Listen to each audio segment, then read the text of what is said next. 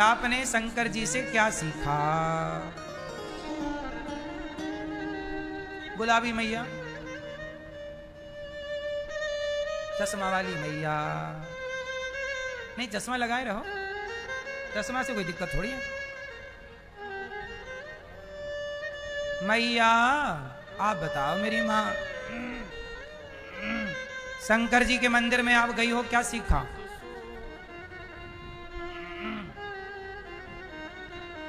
भैया बताओ, आप शंकर जी के मंदिर गए, क्या सीखा?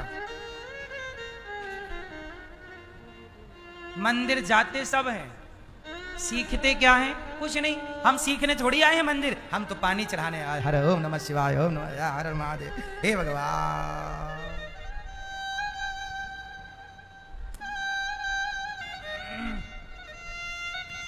शंकर जी का मंदिर बहुत कुछ सिखाता है। शंकर जी का मंदिर, राम जी का मंदिर, भगवान कृष्ण का मंदिर अपने आप में एक यूनिवर्सिटी है।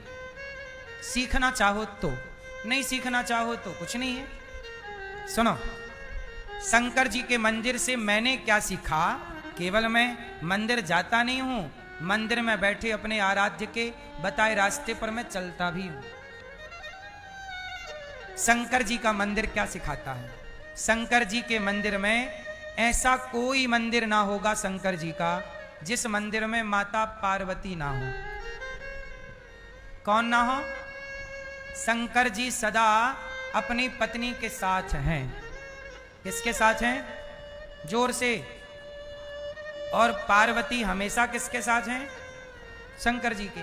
तो अब आप बताओ कि आप शंकर जी के मंदिर जाती या जाते हो, जाती हो, तो क्या आप अपने पति के साथ हैं? आप अपनी पत्नी के साथ हैं? यदि शंकर जी के मंदिर से कुछ सीखा ही होता, पति पत्नी का साथ ही सीख लिया होता, तो भारत में तलाक क्यों होते हिंदुओं के घर में? सदा मंदिर में शिव पार्वती साथ है, तो फिर आप क्यों नहीं साथ हो? आप क्यों अलग अलग हो गए तलाक लेके?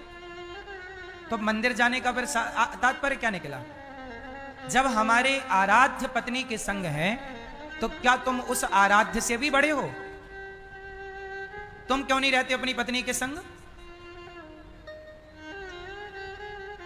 दूसरा ज्ञान सुनो, सदा शंकर जी के पास उनके दोनों बेटे हैं, गणेश जी और कार्तिकेय जी।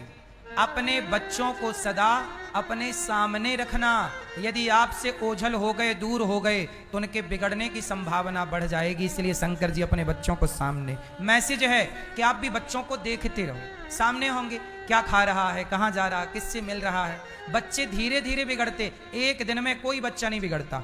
कल की प्रश्नोत्तरी में यहां एक बच्चा आया था, 12-13 साल का था, 13 साल का बच्चा था। वो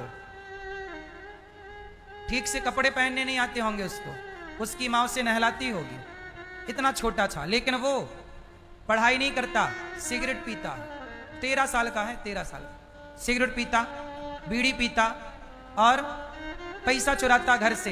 मैंने पूछा कितने चुराए? बोले 30 रुपया चुराए। 30 में 20 रुपया का खा लिया था और 10 रुपया की बीड़ी खरीदी थी।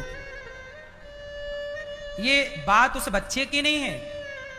इससे पता लग रहा है कि हमारे भारत का भविष्य कितने खतरे में है। जब 13 साल का बच्चा अपने घर में चोरी करेगा 30 रुपया की, तो जब ये 13 साल का बच्चा जब 23 साल का बनेगा, तो ये 30 रुपया आज चुरा रहा है, तो 23 साल बाद कितना चुराएगा?